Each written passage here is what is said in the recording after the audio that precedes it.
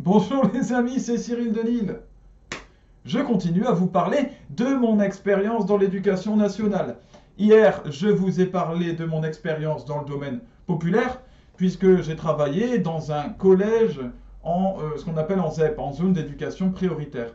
Voilà, donc si vous avez suivi les épisodes, parce qu'il y a des saisons des épisodes, eh bien, j'ai expliqué que ce travail, cet emploi s'était terminé par un procès. Je suis toujours en procès contre ce collège qui m'a mis à pied, puis le rectorat aussi qui m'a licencié pour faute grave, voilà, pour des affaires mensongères, donc, dont je parle dans la première vidéo. Et bien maintenant, sachez qu'après mon travail au collège, j'ai trouvé un emploi dans un lycée catholique bourgeois. Donc l'autre face de l'éducation nationale, vraiment l'opposé. J'ai donc vu l'autre côté du visage de l'éducation nationale. C'était un lycée, alors je précise, privé, catholique, mais sous contrat, donc dépendant de l'éducation nationale. Il y a des écoles qui sont privées hors contrat, c'est-à-dire qu'ils ne dépendent pas de l'éducation nationale. Là, c'était bien en lien avec l'éducation nationale. Eh bien alors, je dois dire que dans cet établissement, alors c'était un petit peu collé-monté, les élèves étaient pour une grande partie issus de grandes familles bourgeoises, pas seulement, hein, mais en grande partie, voire aristocrates, des grandes familles du nord, du coin, et donc l'ambiance était vraiment différente.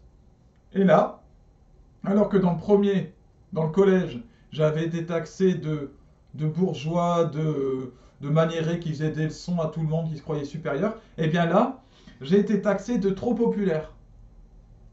Incroyable, non? Le fait que, par exemple, je permette aux élèves de m'appeler par mon prénom Cyril, c'était gênant. Parce que là, il fallait que je me fasse appeler monsieur, monsieur est mon nom de famille, et qu'aussi que j'emploie le vouvoiement avec tous les élèves. Alors, vous, je devais leur imposer le vouvoiement et les vouvoyer. Le fait que je leur parle de façon directe, parce que je suis quelqu'un d'assez franc, d'assez sincère et direct, eh bien, ça aussi, ça a été gênant. Voilà. Le fait que je discute de vrais sujets avec eux, que j'ose parler de sujets politiques, sociaux, des choses, des sujets un peu adultes, c'était gênant. Bon, je précise que j'étais dans un lycée avec des secondes. Je ne discutais pas avec les secondes, pas spécialement. Première, mais surtout les terminales. Eh bien, là, on pouvait discuter parce que ce sont quand même des jeunes adultes. Voilà. Et puis, dans cette école, certains étaient quand même très matures. Donc, je pouvais avoir ces échanges avec eux. Je savais que je ne discutais pas avec des enfants, quoi. Eh bien, c'était gênant. Voilà, c'était gênant. Et en particulier, il y a eu une conversation dans laquelle on m'a demandé mon avis sur la politique en France. Et comme je l'ai expliqué dans ma vidéo sur mon expérience au collège, eh bien, moi, on me pose des questions, je réponds. On me demande est-ce que vous êtes catholique? Je dis oui, je suis catholique. Voilà, sans non plus faire de la publicité pour le catholicisme, puisque c'est interdit, mais j'ai le droit de dire les choses si on me les demande. Voilà, ça n'entre pas dans un domaine que j'estime intime, ce n'est pas du voyeurisme de la part de l'autre que de me poser ce type de questions, donc j'ai le droit de répondre. Ben ça c'est gênant, voilà, ça a été gênant. On m'a demandé mon avis, est-ce que vous êtes plutôt de droite, de gauche? En plus, la réponse, vous allez voir, elle n'a rien de gênant puisque j'ai dit, écoutez, je ne suis pas de droite ou de gauche ou d'extrême droite ou d'extrême gauche ou du centre ou je ne sais quoi. Tout ça, c'est de l'idéologie politique. Je l'ai dénoncé dans une de mes dernières vidéos. Ce que je crois, c'est que la France est un royaume catholique. Elle est catholique dans son ADN. Et je crois qu'elle va redevenir un royaume catholique. Voilà, tout simplement. Et donc, pas de droite ou de gauche. Quelque chose qui dépasse tout cela, qui transcende et qui fonctionne sous le règne du bon sens. Voilà ce que j'ai dit. Donc, dans une école catholique, qu'est-ce qu'il y a de gênant à ce que je dise que la France est catholique et qu'elle redeviendra un royaume catholique selon moi? Eh bien ça a permis, entre autres, avec une autre raison, mon éviction de cet établissement, du lycée. Alors j'ai vécu une expérience assez étonnante dans une école qui se dit catholique. J'ai rencontré une jeune fille qui était là-bas, qui était je crois que c'était en terminale, en littéraire. Et alors, un jour, j'étais en train de faire l'appel, puisqu'il y avait une permanence et que je surveillais cette permanence en tant qu'assistant d'éducation, hein. Et puis, eh bien, j'arrive au niveau du nom de cette personne, que je prenais pour une jeune fille, voilà. Et je vois un prénom, je vois que son prénom de fille avait été barré au stylo et écrit à la main un prénom de garçon à la place. Alors je l'appelle par son prénom de garçon, elle lève la main avec un rire comme ça. Euh, alors elle s'appelait, bref, elle avait un certain nom. Je ne vais pas le dire parce que il y en a certains qui vont peut-être reconnaître. Euh, et donc je lui demande, je suis allé discrètement la voir, j'ai terminé l'appel, je suis allé la voir, je lui ai demandé est-ce que vous êtes un garçon ou une fille. Cette personne me répond bah, je suis un garçon évidemment, avec un rire un peu moqueur. Je trouve ça étonnant, je dis bah écoutez, c'est pas la peine de prendre cet air moqueur. Elle dit bah, enfin monsieur, ça se voit. Non, non, ça se voit pas du tout. Vous avez un look androgyne que vous entretenez. Donc il n'y a rien de surprenant à ce que j'ai un doute quant à votre sexe. Ne faites pas la personne surprise. Ah, bon. Alors déjà, elle a fait de gros yeux, elle était surprise que j'ose parler comme ça, parce que je suis quelqu'un de direct. Et puis, bon, je termine cette permanence et je vais à la rencontre du conseiller principal d'éducation, celui des premières, et je lui parle de cette situation. Et je lui demande est-ce que c'est normal? Qui est cette personne? C'est une fille, un garçon? Il me dit non, non, c'est une fille, ne l'écoute pas, elle dit n'importe quoi. Donc ne l'appelle pas par son prénom de garçon, appelle-la par son prénom de fille. Laisse tomber toutes ces histoires. Bon, d'accord. Je retrouve cette personne dans la cour de récréation, cette jeune fille, justement, je vais la voir en lui disant excusez-moi, vous vous êtes moqué de moi, parce que vous m'avez dit que vous étiez un garçon, or vous êtes une fille, donc vous m'avez menti. Ah non, non, nous avons le droit de choisir notre sexe aujourd'hui. Écoutez bien, d'une école catholique. Elle me dit nous avons le droit, je ne vois pas pourquoi je serais forcément une fille, j'estime que j'ai le droit de choisir qui je suis, et puis on n'est pas forcément extérieurement ce qu'on est intérieurement. Bon voilà, toutes les histoires de théorie du genre, qui vous dit que je suis un garçon, voilà, c'est tout cet univers-là, vous voyez. La déstructuration de l'identité sexuelle, eh ben, j'en ai eu un exemple concret. Et donc, je lui demande, mais attendez, quel est votre prénom, le prénom que vos parents vous ont donné? Là, elle me donne son prénom féminin. Je lui dis donc, vous êtes une fille, que vous le vouliez ou non. Est-ce que vous êtes né avec un vagin, un pénis? Qu'est-ce que vous avez? Il y a des personnes qui sont hermaphrodites, hein, ça existe, et c'est naturel. Et là, elle me dit non, alors elle rougit, elle est un peu gênée, elle est avec une amie, elle me dit ben non, avec un vagin, je lui dis donc, un vagin c'est féminin, donc vous êtes une fille, quoi que vous en pensiez. Et ce n'est pas à vous de définir votre sexe. Non, non, et surtout pas en changeant de prénom. Voilà. C'est une insulte vis-à-vis de vos parents, et vis-à-vis même de la création elle-même et du fait que vous ayez été conçue fille et future femme, j'espère pour vous. Bon, eh bien, euh, j'ai appris ensuite par la grande responsable des conseillers principaux d'éducation, c'était une femme, donc elle était au-dessus du CPE des premières, celui qui m'avait dit, qui m'avait conseillé sur cette jeune fille.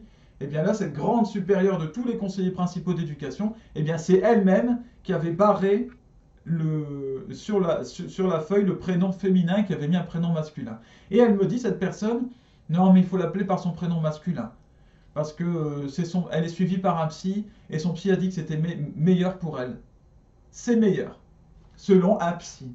Nous sommes dans une école catholique et on nous dit, c'est une fille, appelez-la par un prénom masculin qu'elle a choisi. Donc nous défendons la déstructuration sexuelle, la déstructuration de l'identité sexuelle qui a lieu en ce moment dans le monde, dans une école catholique.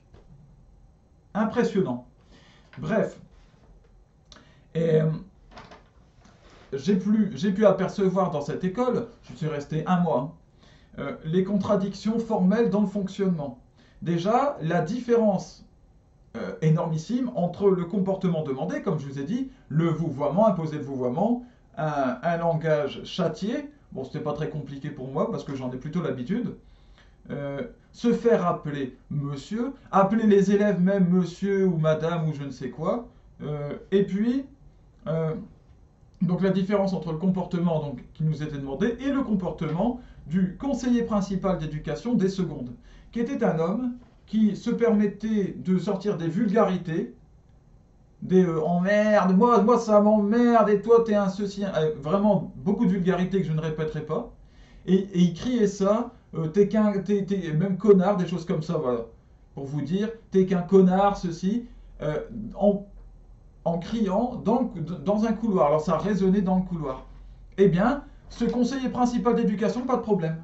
Lui, bon, c'est pas, il avait le droit, il tutoyait tous les élèves, il se permettait de leur parler comme ça. Mais nous, attention, nous n'avions pas le droit, hein. Nous, c'est vouvoiement et c'est monsieur.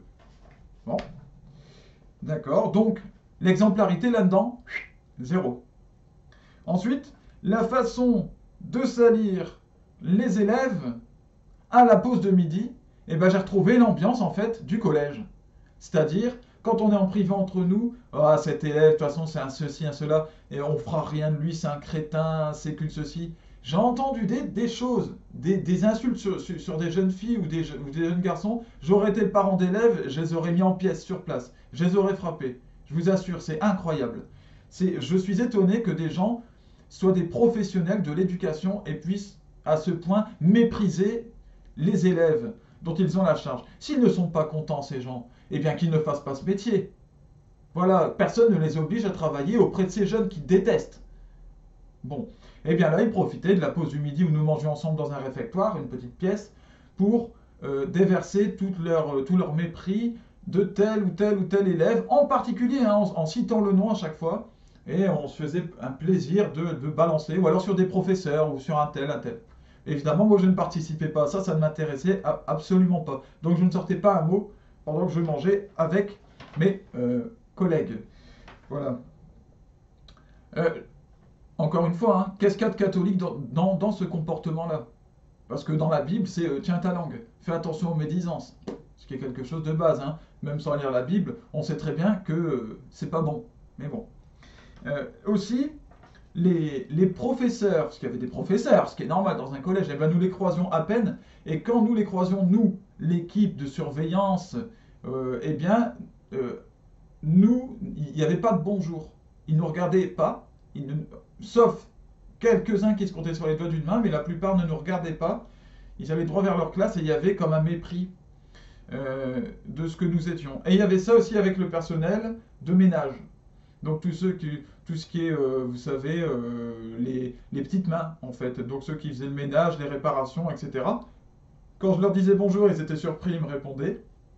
Et en fait, les professeurs ne disaient ni bonjour au personnel euh, comment on appelle ça, de surveillance, on va dire, d'éducation, ni au personnel d'entretien. Voilà, c'est un petit peu... Chacun était dans son monde, coupé. Enfin, je vois pas trop ce qu'il y a de catholique, hein, encore une fois, catholique universel, pas de cohésion. Pas de cohésion. Chacun faisait un petit peu son petit univers à lui, à sa sauce. Voilà. Et même dans cette école, figurez-vous, qu'il y avait des professeurs qui n'étaient pas croyants et qui donnaient des cours dans lesquels, eh bien, ils essayaient de démolir en fait la foi. C'était leur liberté apparemment. Voilà. Voilà ce qu'il en coûte de travailler avec l'éducation nationale. Finalement, j'étais renvoyé. Pourquoi? Parce qu'il y a un élève avec lequel je m'entendais très bien, un élève que je salue s'il me regarde, qui était très respectueux dans sa façon d'être en général, dans sa façon de s'adresser à moi et aux autres membres de l'école. Et un jour, cet élève me dit, écoutez monsieur, c'est bientôt mon anniversaire et ça me toucherait beaucoup que vous veniez chez moi pour mon anniversaire, même si vous passez simplement. Moi, ça ne m'a... J'ai réfléchi en quelques instants, je lui ai dit, bah écoutez, oui, je vois pas ce qui m'empêche de venir. Donc je lui ai dit, je vais passer chez vous. D'accord, il n'y a pas de souci. Bon, eh bien, je suis passé comme promis chez cet élève, avec, il avait pas mal de ses amis qui étaient là. Alors, évidemment, il buvait de l'alcool, il fumait des choses pas toujours très correctes. Moi, je me suis rendu là-dedans. Comme dans mon travail, eh bien, j'avais pris le pli de les vouvoyer, eh bien, je les ai vouvoyés, ils m'ont vouvoyé toute la soirée, ils m'appelaient monsieur. Et il n'y a eu aucune différence en fait avec ce qui se faisait à l'école, sauf que là, eh bien, je les voyais à nu quelque part. Là, je les voyais prendre de la drogue, fumer du cannabis, etc., alcooliser, et les masques étaient tombés. Et donc, je me sentais réellement éducateur, parce qu'à ce moment-là, je pouvais leur parler de ça, du pourquoi de ces choses-là, pourquoi est-ce qu'ils avaient un tel mal-être. Voilà. il y a un moment dans la soirée, mais ça j'avais été prévenu, où eh bien, tous les élèves, en tout cas il y avait une piscine extérieure, c'était au mois d'octobre donc il faisait froid, et cette piscine, eh bien tous les élèves devaient se plonger, enfin les élèves, les invités, devaient se plonger dans cette piscine. Voilà, c'est une espèce d'épreuve. Et moi-même, je l'ai fait. Voilà, j'ai mis un long maillot de bain et je me suis plongé dans cette piscine et j'en suis ressorti. Qu'est-ce qu'il y a de mal? On ne sait pas bien. Il y a deux, trois élèves qui m'ont filmé apparemment avec leur smartphone et qui auraient sorti des vulgarités sur moi, mais ça, j'en suis pas responsable. Bon. Eh bien, euh, ensuite, j'ai eu des conversations avec des élèves sur le sens de la vie, sur Dieu, très intéressante. D'ailleurs, une conversation avec un jeune musulman qui était là, une conversation très profonde sur le sens de la vie. C'était formidable. Et donc, je pouvais interroger des élèves sur le pourquoi de leur dépendance à telle chose. Bon. Et bien ça m'a valu le renvoi de l'école. Le responsable de l'école n'a pas voulu entendre quoi que ce soit. Il a expliqué que c'était pas mon rôle de venir dans une soirée. Il savait que rien du tout, mais il savait que j'avais fait telle chose ou telle chose selon des vidéos. Alors il avait vu les vidéos, voilà, parce que des gens étaient allés capter. Des collègues à moi apparemment étaient allés aussi s'empresser de dire quelque chose à ce directeur, mais sans venir me voir auparavant pour m'en parler. Hein. Voilà, on est encore dans le catholicisme maximum. Hein. C'est très chrétien, vraiment, c'est impressionnant. Non, je rigole, hein. Ça n'a rien de chrétien et rien de catholique, tout ça. Au contraire, ça n'a rien de bon. Voilà. Alors, donc, le directeur m'a demandé de démissionner, ce que j'ai fait. J'avais pas envie de repartir dans une affaire voilà, de procès, etc., comme avec le collège, donc là, j'ai accepté. Alors, au final, vous voyez, du côté du collège, j'étais taxé de trop bourgeois, coincé, à cheval sur les règles, prétentieux, donneur de leçons. Et d'autre côté, ben, j'étais trop populaire, trop direct. Je me suis permis d'aller dans une fête avec les élèves. J'étais trop copain, etc. Voilà ce que je peux vous dire de mon expérience, ça c'est l'éducation nationale. Et je vous parlerai bientôt de mon expérience dans l'éducation populaire, c'est-à-dire les centres sociaux, les centres aérés. Voilà. Parce que j'ai aussi une expérience là-dedans. Alors maintenant, je vous parle du saint du jour. C'est Saint Gatien, décédé en 337 à Tours. Il est envoyé par le pape Fabien avec 6 autres évêques pour évangéliser la Gaule. Parce que c'était encore la Gaule à l'époque. Il a rencontré une très forte opposition, parce que la Gaule, elle n'était pas chrétienne catholique, pas du tout. Hein. Il a rencontré une très forte opposition de la population locale. Il s'est retrouvé obligé de célébrer le culte dans les catacombes. Alors, voilà quelqu'un qui a su aller justement contre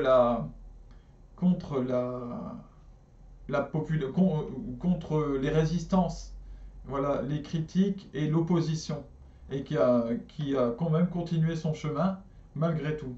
Il est le premier évêque de Tours et la cathédrale de Tours lui est dédiée depuis le XIIIe siècle. Voilà. Je précise que j'ai quand même, auprès du directeur, j'ai demandé pardon, parce que c'est vrai que je n'ai pas suffisamment réfléchi. Je n'aurais... En fait, où je me suis planté, c'est que ce que j'ai fait n'a pas correspondu au style de l'établissement. Et donc, j'ai demandé pardon pour le cas où j'aurais sali le nom de l'établissement ou porté atteinte, voilà, à sa réputation.